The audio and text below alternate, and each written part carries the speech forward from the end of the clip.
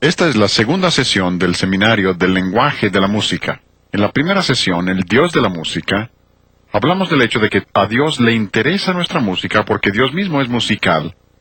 Y aún la serie de sobretonos demuestra lo que podemos aprender acerca de Dios mismo. Y en el lenguaje y en el canto, aún las diferentes vocales se determinan por la fuerza de las parciales de la serie de sobretonos. Así que tiene relación con toda la vida y nos muestra que a Dios sí le interesa nuestra música y que Él sí tiene normas. En la segunda sesión vamos a hablar acerca del mensaje de la música. Wilson Bryan Key, quien ha investigado mucho este tema, escribió el libro Seducción Subliminal, La explotación por la prensa, libros de esos. Ha llegado a ser un personaje de controversia, pero tiene mucho discernimiento. Vamos a citar de él en varias ocasiones durante el seminario. Pero él dice, cuando entiendes algo, aquello pierde su control sobre ti. Observas a un mago realizar un truco y te quedas impresionado. ¿Cómo lo hará? Pero una vez que sabes cuál es el truco, pierde su efecto. Así que si podemos entender la música y qué es lo que hace y cómo opera, eso nos ayuda a saber cómo controlar la música que tenemos en nuestras vidas.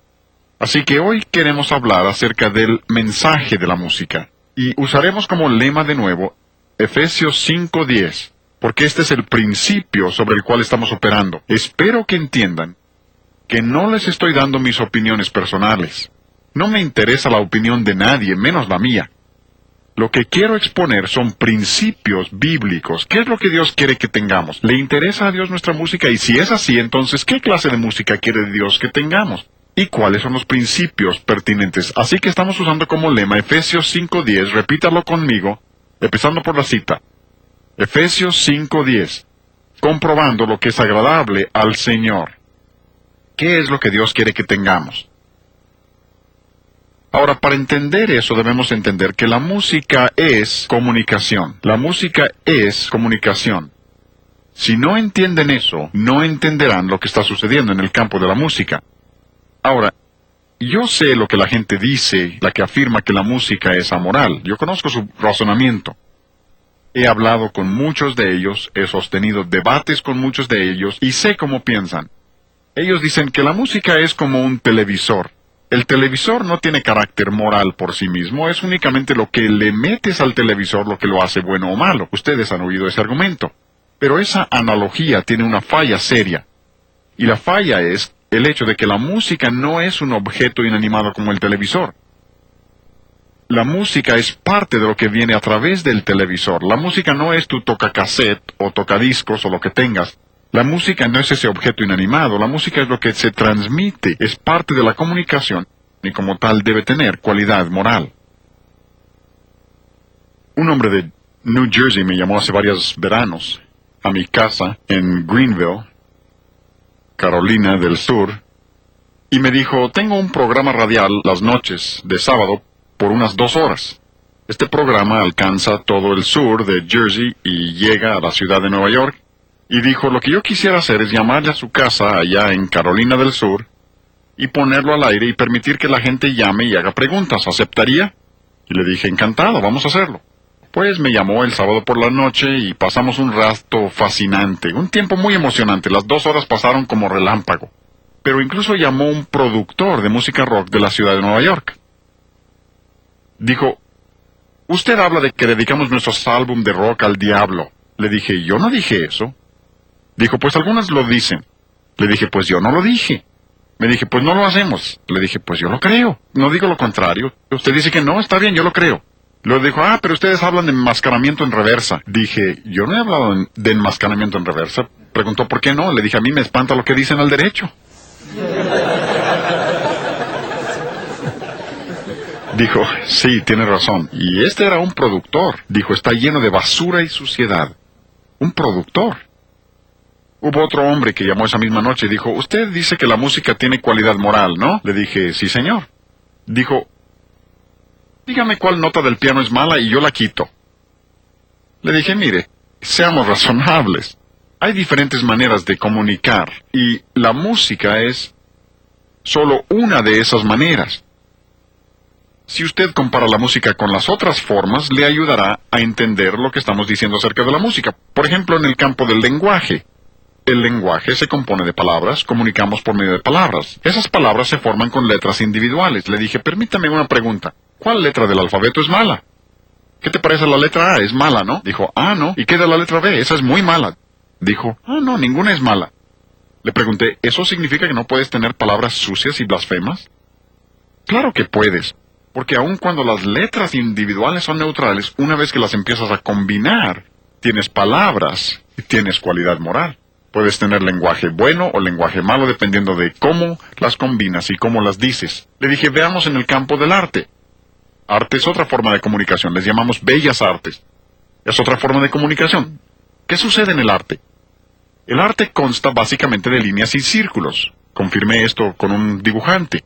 Dijo, básicamente sí, hay otras cosas. Y le dije, en la música también hay otras cosas, pero básicamente, arte son líneas y círculos. Así que le dije al hombre en el radio, supongamos que dibujo una línea. ¿Es una línea mala? Dice, no. Pregunté, ¿entonces un dibujante no podría tomar ese mismo papel y dibujar algo pornográfico? Claro que puede. ¿Por qué? Porque aunque las líneas y los círculos sean neutrales, una vez que los empiezas a combinar, tienes cualidad moral. Hay arte bueno y arte malo según se combinen los elementos. Le dije, si eso es cierto en el lenguaje y es cierto en el arte, ha de ser cierto también en la música. ¿Notas individuales? No, son neutrales. Pero cuando las empiezas a combinar, cuando les agregas ritmo, cuando empiezas a convertirlo en lenguaje, puedes tener música buena o música mala según la combinación de los elementos y la manera de ejecutarlo. La música es comunicación, por tanto debe tener cualidad moral. No puedes decir que sea amoral. Aún más, Wayne Barlow, otro de mis maestros en la escuela de música Eastman, he mencionado a varios de ellos. Estos son eruditos muy respetados, son músicos muy distinguidos. Wayne Barlow está en la música electrónica ahora. Creo que uno de los hombres más brillantes que jamás he conocido. Wayne Barlow dijo en uno de sus libros, el significado de la música es la música misma, no la letra. Vamos a citar a muchos más que dicen lo mismo, pero dijo, no es la letra. Y luego continúa y dice, se entiende aún mejor que el lenguaje mismo. Y es que las palabras pueden ser muy confusas. Tienes que tomar el contexto para entender el significado de las palabras. Por ejemplo, la palabra calle. ¿Qué significa? En un contexto es un camino, en otro es orden de callar, pero la ortografía y la pronunciación es la misma. Y dices, pues, ¿cómo lo puedo entender? Tienes que ver el contexto para ver cómo se usa. Y cuando empiezas a entender el lenguaje de la música, el Dr. Barlow dice que se entiende mucho mejor que las palabras. Él reconoce ese hecho. Lo que trato de hacerles ver es que los eruditos siempre reconocen este hecho. Este es un libro muy interesante. Este no lo lean a menos que les guste mucho leer.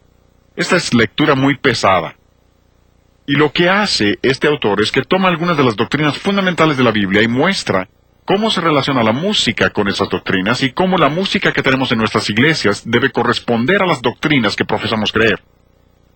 Y por ahí dice, las palabras por sí solas son inadecuadas. La música nos ayuda a entender la verdad de los hechos. La música va más allá de los hechos, a los significados ocultos. Debemos saber que eso es cierto. En nuestra época con la televisión debemos entender esto mejor que nunca. ¿Por qué? ¿Alguna vez han bajado el volumen de la televisión para ver qué entienden? No entenderán mucho. Porque el sonido de fondo determina lo que está sucediendo. Por ejemplo, en una escena donde una mujer se acerca a una puerta, mete la llave a la chapa, hace girar la perilla, abre la puerta, entra. Sucede todos los días, ¿no? Pero la música te dice que alguien la espera en el interior. ¿Ven? La música determina el sentido. La música va más allá de los hechos porque la música es el lenguaje de los sentimientos. Y no hay que tenerle miedo a los sentimientos. Algunos piensan que todo lo sentimental es malo. No, recuerdas las cosas en las que participas emotivamente. Yo recuerdo cuando se casó nuestra hija menor, Gina. Fue un momento emotivo, porque entregábamos a nuestra última hija. También recuerdo muchos años antes, cuando ella nació. Me tocó ver el nacimiento. Estuve ahí, creo que todo papá debe tener esa experiencia. Vi el nacimiento. Vivíamos en Carolina del Sur, llamé a mi hermana en New Jersey para decirle que teníamos una nueva niña en nuestra familia. Pasé 20 minutos llorando al teléfono. Pagué por 20 minutos de llanto. ¿Por qué? Porque tenía una participación emotiva. Cuando me casé con Flora Jean, ya hace buen rato, lo recuerdo como si hubiera sido ayer. ¿Por qué? Tenía participación emotiva, y la sigo teniendo. Pero recuerdas las cosas en las que tienes participación emotiva. Dios sabe eso, por eso nos dio la música. Díganme, ¿cuántos de ustedes vivían en 1963, cuando el presidente Kennedy fue asesinado? Algunos. ¿Cuántos pueden recordar dónde estaban cuando supieron la noticia?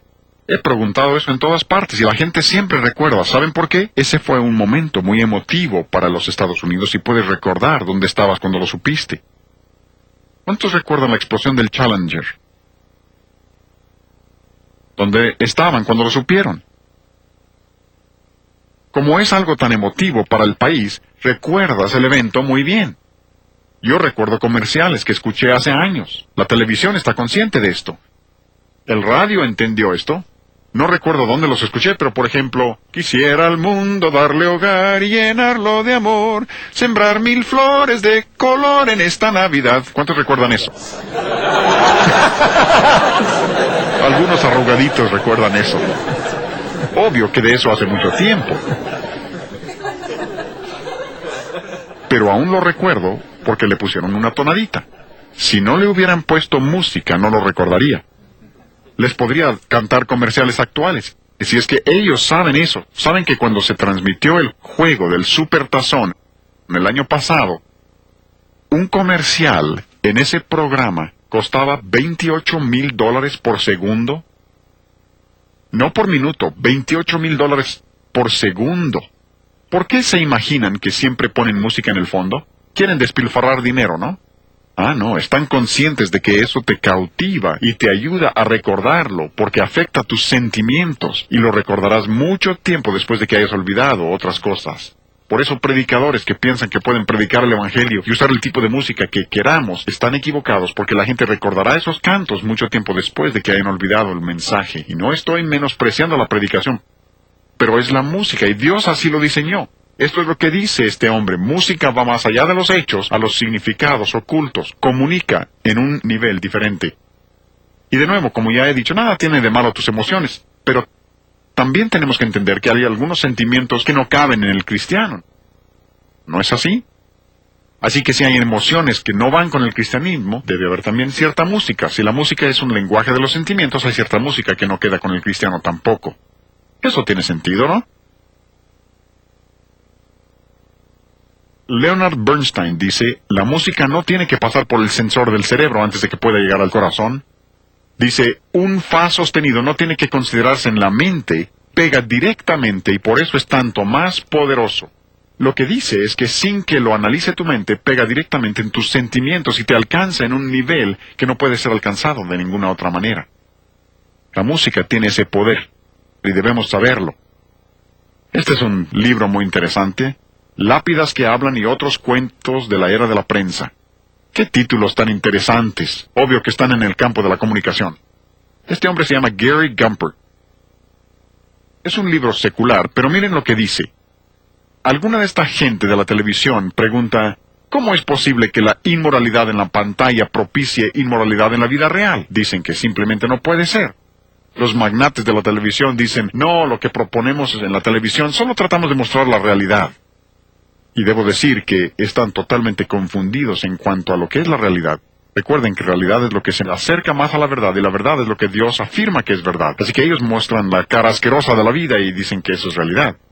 Están confundidos, pero dicen, podemos mostrar toda esta inmoralidad, consumo de drogas, todo eso, y no afecta a nadie. Wilson Bryan Key refuta esto y me gusta mucho su afirmación. ¿Recuerdan? Seducción subliminal y algunos libros de esos. Wilson Bryan Key dice, si no crees que afecta a la gente, asómate por tu ventana. En la década de los 60, cuando las canciones hablaban de drogas, ¿qué sucedió? Fue cuando los jóvenes empezaron a usar drogas al por mayor. Cuando las canciones empezaron a hablar de amor libre y sexo libre, fue cuando una ola de inmoralidad inundó a nuestro país y a nuestros jóvenes. Y él dice, si no lo creen, asómense por la ventana. Si los cantos lo proclaman, la gente lo va a hacer. Ahora mismo, una de las más grandes amenazas, incluso en la última estadística que vi, dice que la segunda causa de muerte en adolescentes después de accidentes automovilísticos en los Estados Unidos es el suicidio. Y tantos de los cantos motivan al suicidio. Y Wilson Bryan Kidd dice, si no lo creen, asómense a la ventana. Cuando lo oyen en las canciones, observen lo que está sucediendo. Pero los magnates de la prensa que promueven la televisión dicen, no tiene ningún efecto. Pero, al mismo tiempo, dicen que la publicidad modifica la conducta del público y procuran que la gente se anuncie porque sí logra que el consumo aumente. ¿Hasta dónde llega la hipocresía? Este es un libro relativamente nuevo. Se llama Control Mental Sabatina. Ustedes, que son padres, deben leerlo. Escrito por un hombre cristiano exponiendo la filosofía que se está enseñando a nuestros niños. Porque los padres creen que el sábado por la mañana es bueno permitir que la televisión sea la niñera. ¿Y qué cosa puede ser más inocente que las caricaturas? Si no las has visto, debes verlas con tus hijos. Porque este hombre demuestra el hecho de que se está enseñando a nuestros hijos toda una filosofía errónea y no es una buena niñera. Les enseña una filosofía y un estilo de vida y una mentalidad que les afectará de por vida y definitivamente no es cristiana. ¿Cuándo fue la última vez que viste un programa de televisión que muestra a una familia cristiana celebrando su devocional juntos? No lo verán nunca. Incluso siempre que muestran a los cristianos ponen a un predicador y lo ridiculizan. Siempre es una especie de tontito.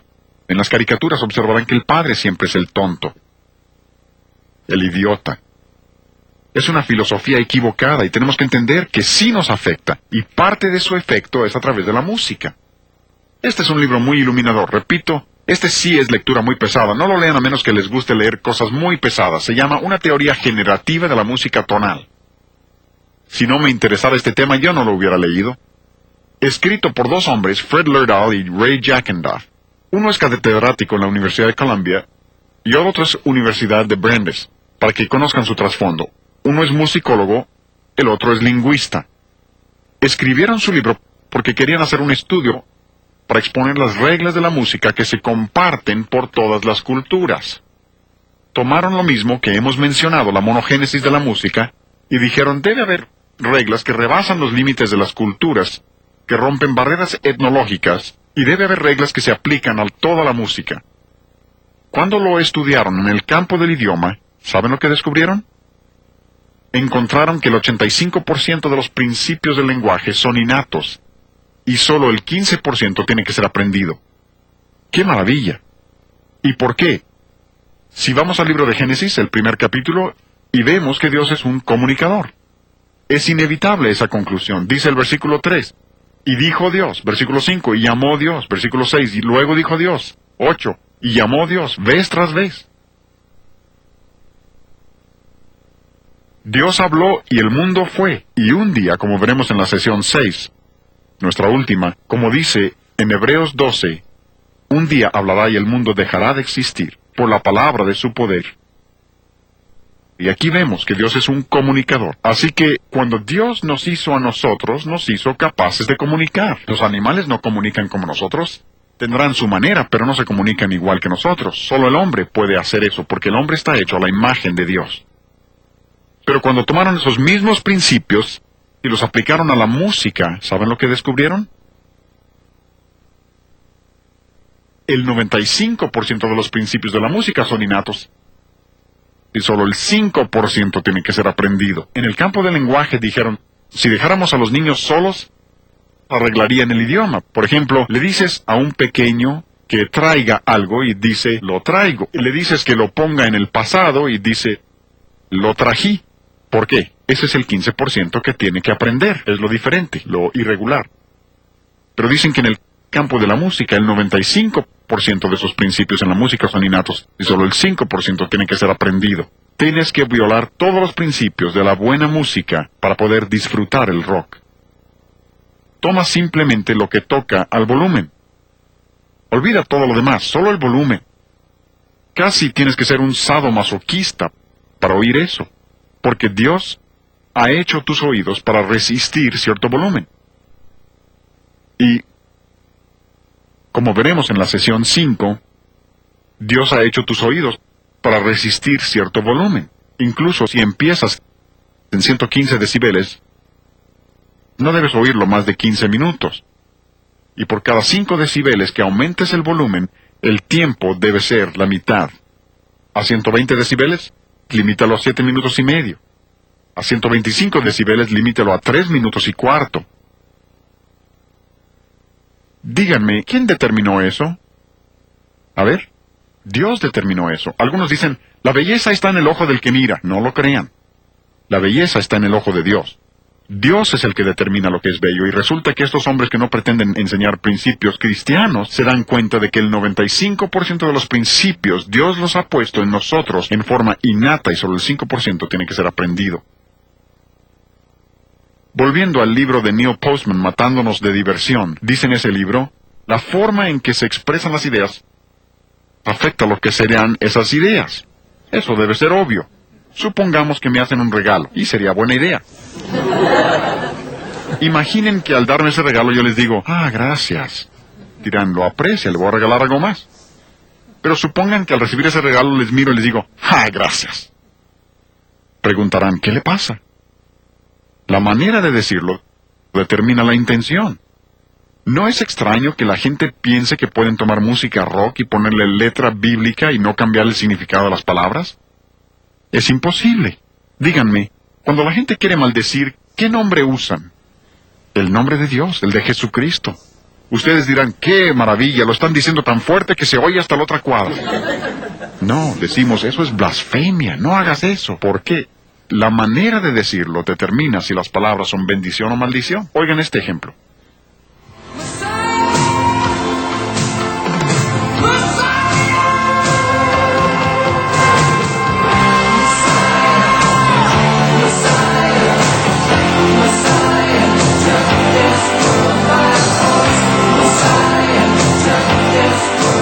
Se supone que esa es una grabación cristiana y el nombre de Mesías, pero la manera de decirlo hace que suene a blasfemia.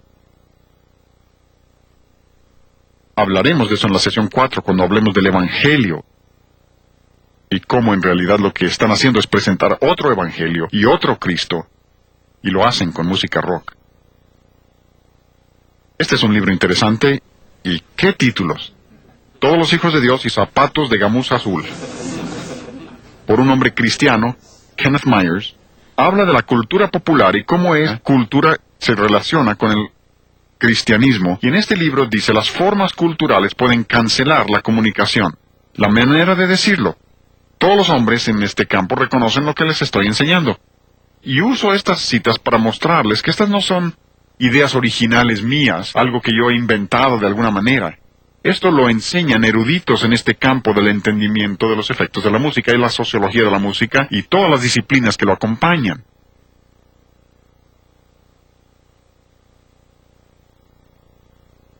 Otro libro, volviendo al libro de Gary Gumpert, Lápidas que hablan y otros cuentos de la era de la comunicación, dice en este libro que los fans de esta música, y a propósito en el campo de la música cristiana contemporánea, así les llaman, fans. Es diversión y tienen sus fans que los siguen. Pero dice que los fans insisten en que la calidad es subjetiva. Si a mí me parece malo, es malo. Si a mí me bendice, ¿tú cómo lo puedes dudar, no? O sea que mi reacción a aquello es lo que lo hace bueno o malo. Todo es subjetivo. Dicen que ellos insisten en eso. Pero dice, esto es como el borracho, que cree e insiste a gritos que no está ebrio, y a los 5 minutos está inconsciente. El señor Gumpert continúa y dice, el juicio sí es subjetivo, su evaluación de la situación, pero la condición misma no lo es. No importa lo que digas, dirás, pues yo no lo veo así. Eso no quiere decir que la música no tenga cualidades inherentes. Tu juicio sobre la música pudiera ser subjetiva, pero las cualidades inherentes no es asunto subjetivo, es objetivo. La palabra de Dios comenta sobre esto, y quisiera tomar los siguientes versículos para mostrarles que hay muchos versículos que aunque no mencionan la música directamente, estos son adicionales a los que veíamos que sí mencionan la música directamente, pero hay muchos versículos que mencionan el tema de manera indirecta, y hay que entender eso. Hace varios años estuve en una ciudad grande y me invitaron a una entrevista en una difusora de radio cristiana. Le llaman la Estación del Amor, para que se den una idea. Y la noche antes de la entrevista, el gerente de la difusora leyó uno de mis libros. Ha de haber sido un librito que escribí, El ruido fuerte del ritmo rock. Alguien le dio un ejemplar y lo leyó, y decidió que no iba a ser entrevista, iba a ser un debate entre él y yo. Y otro de sus hombres sería el moderador, pero eso me lo dijo hasta que llegué al estudio, que iba a ser un debate. Les dije, está bien, si quieren ser debate y no entrevista, está bien. Pues fue muy interesante. Empezaron el programa tocando música rock. Obviamente era música rock, no había duda. Luego me pidieron que comentara sobre ello, así al aire. Así que le dije lo que era el problema con esa música. Y luego dijeron, tenemos al compositor en la línea, queremos que hable con él. Muy amable. Les dije, está bien. Así que le expliqué al compositor. Se suponía que era cristiano, así que le expliqué y le dije, este es el problema con la música, permítame decirle por qué está mal y por qué no puede ser música cristiana. Pero luego, y creo que aquí es donde Dios le da a uno palabras, creo que eso se refiere cuando dice que Dios dará palabras, y Dios me hizo pensar, ¿por qué no le hablas acerca de la salvación? Así que estábamos al aire, y le dije, Rick, así se llamaba el compositor, le pregunté, ¿cuándo te convertiste? Y me preguntó, ¿a qué se refiere? Así que le di unos versículos acerca de la salvación, y dijo, estuve en un festival de rock hace varios años, estaba tocando un canto cristiano, y me impactó tanto la música que tuve que tomar una decisión. Y le pregunté, ¿qué pasaje bíblico te condujo a Cristo? Romanos 10:17 dice, la fe viene por el oír y el oír por la palabra de Dios. Solo la palabra de Dios conduce a la persona a Cristo. ¿Qué versículo te condujo a Cristo? Y no tuvo respuesta, y finalmente les dije a los dos caballeros que estaban conmigo a la mesa, caballeros, es obvio que estamos hablando con un hombre inconverso. Y Rick estaba escuchando. Y no hubo respuesta. Pero preguntaron, ¿dónde dice en la Biblia no usarás música rock? ¿Han oído eso? ¿Dónde dice la Biblia? Les dije, vamos, seamos razonables. Hay muchos principios de la Biblia que aplicamos a una situación determinada. Por ejemplo, la Biblia no dice, no fumarás. Pero como cristianos entendemos que Romanos 12:1, que dice que nuestros cuerpos pertenecen a Dios, que hemos de tenerlos limpios, puros y santos para Dios, aceptables para Dios, que es vuestro culto racional, y la razón por la que no fumamos es por causa de un principio bíblico que aplicamos en esa área. Yo no lo sabía, pero el hombre con quien sostenía el debate tenía una cajetilla de cigarros en el bolsillo. Nunca había entendido que se toman principios bíblicos y se aplican. Y eso es lo que quiero que hagamos hoy. Tomaremos unos versículos que no se aplican directamente a la música, pero sí se aplican indirectamente. Uno de esos versículos es Hebreos 5:14. Hebreos 5:14. Ese versículo dice, el alimento sólido es para los que han alcanzado madurez, para los que por el uso. Una palabra muy interesante que literalmente significa práctica, pero va más allá. Hay otras palabras que significan práctica en la Escritura, pero esta literalmente significa por hábito. Es algo tan parte de ti que se vuelve un hábito. Para los que por el uso tienen los sentidos ejercitados. La palabra que se traduce ejercitados es la palabra gumnazo. De ahí viene nuestra palabra disciplina. Pablo le dijo a Timoteo en 1 Timoteo 4:7, le dijo, ejercítate para la piedad, disciplínate, la palabra es gumnazo. De ahí viene también la palabra gimnasio. Es un lugar donde te disciplinas para poder hacer lo que quieres hacer. Y aquí en Hebreos 5:14 aprendemos que hemos de disciplinarlos para la piedad. ¿Para qué? Para que podamos discernir el bien y el mal. Vean, para discernir entre lo que es bueno y lo que es malo. Verán también aquí que a veces Dios nos castiga en Hebreos capítulo 12. Dios nos castiga para que seamos disciplinados por el castigo. También vemos en 2 Pedro 2:14 que uno se puede disciplinar en un sentido equivocado. Uno puede hacer un hábito de hacer lo malo, tanto que se habitúa el corazón a la codicia en dirección equivocada. Pero Dios dice que quiere que disciplinemos nuestros sentidos. Quiere que conozcamos lo que es bueno y distinguirlo de lo malo. Ustedes conocen los 5 sentidos: vista, olfato, gusto, tacto y oído. Yo creo que Dios quiere que disciplinemos los 5 sentidos. Los 5. No tomaremos el tiempo para hablar de ellos hoy, pero se podría predicar un sermón completo sobre cada uno. Nuestros ojos, Dios quiere que disciplinemos nuestros ojos, y en nuestra época de la comunicación todo hombre tiene que aprender a disciplinar sus ojos. Quizás supieron de un evangelista famoso que cayó en pecado y dijo: toda mi vida he tenido una fascinación con la pornografía. Debe haber sabido que la indisciplina de sus ojos lo iba a alcanzar tarde o temprano. Dios quiere que disciplinemos los 5 sentidos, pero observen cuál es el 5º sentido. Es el oído. Dios dice que tú y yo, como hijos de Él, hemos de disciplinar el oído, saber lo que es bueno y lo que es malo. Disciplina, gimnasio, gimnasia. Ir al gimnasio y aprender a disciplinar tu oído, es lo que está diciendo. ¿Han observado cuánto dice la Biblia acerca del oído? Es todo un libro acerca del oído. Se menciona más de 1500 veces en la Escritura. Busquen una concordancia exhaustiva. No menos de 1500 veces Dios habla acerca del oído, porque es tan importante. Es importante para Dios. Debe serlo también para nosotros. Romanos 10:17. La fe es por el oír, no por la vista, no por el tacto, ni siquiera por la experiencia. Algunos dicen: yo tuve tal o cual experiencia y eso fortaleció mi fe. No, la experiencia no desarrolla la fe. Solo la palabra de Dios desarrolla fe. La experiencia lo puede confirmar, pero solo la palabra de Dios produce fe. Otros dicen: yo tuve tal o cual experiencia y eso destruyó mi fe. No, solo una falta de la palabra de Dios puede destruir la fe. Porque si la experiencia pudiera destruir la fe, los creyentes de Rusia no tendrían fe alguna. Al contrario, son tan fuertes que no quieren saber de nuestro cristianismo. Tienen una fe muy fuerte. Es la palabra de Dios la que produce fe. Pero Dios nos dice cómo se produce. La fe es por el, ¿qué? Oír. Y el oír por la palabra de Dios. Cristo se le llama, ¿qué?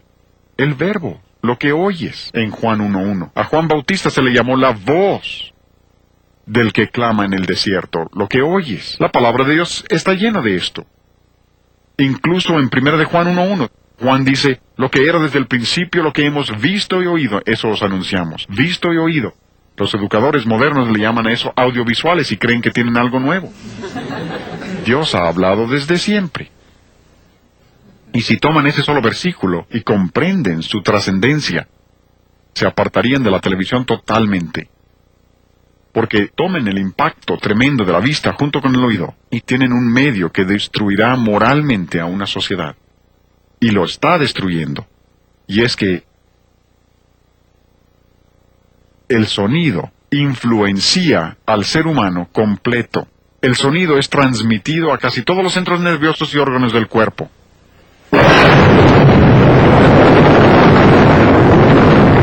Todos brincaron.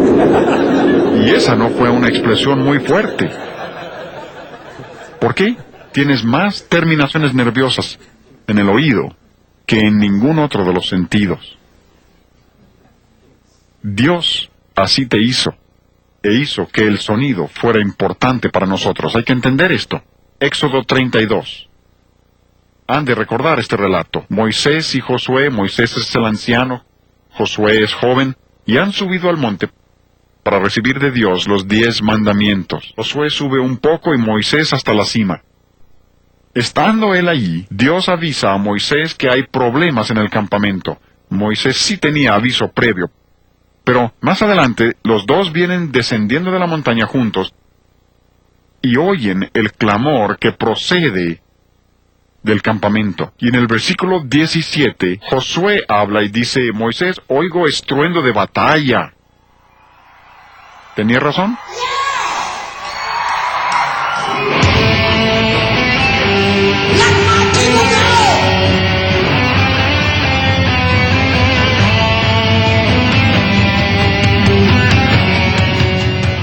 Probablemente eso sea muy parecido a lo que oyeron.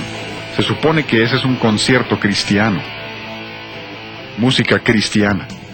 Y observen que aquí la palabra estruendo significa ruido. Significa cacofonía, sonido completamente desorganizado. Algunos no comprenden esto.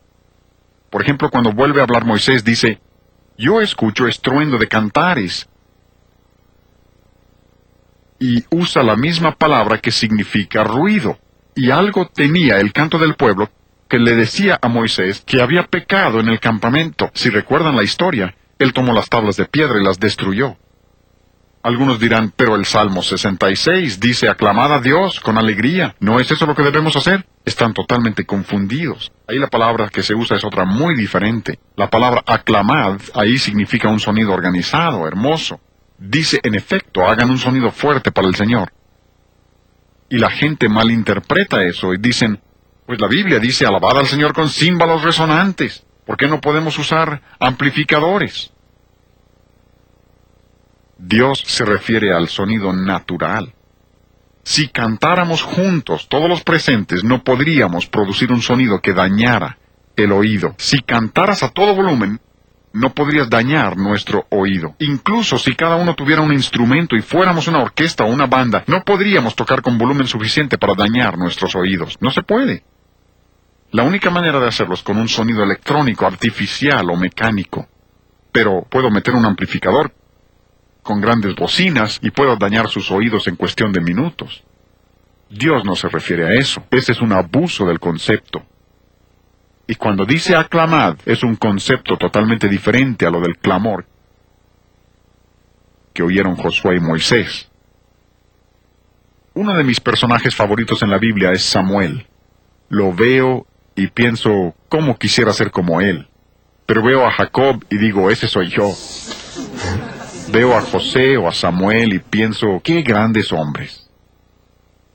Pero ahí está Samuel. Es un muchacho. Su madre lo ha entregado a Dios. Así que lo lleva al templo para estar ahí con Elí y sus hijos impíos. Yo en esa situación me haría para atrás. Hubiera dicho, Señor, no me vas a pedir que deje a mi muchachito en esta situación. Pero ella lo había prometido a Dios y Dios lo cuidó.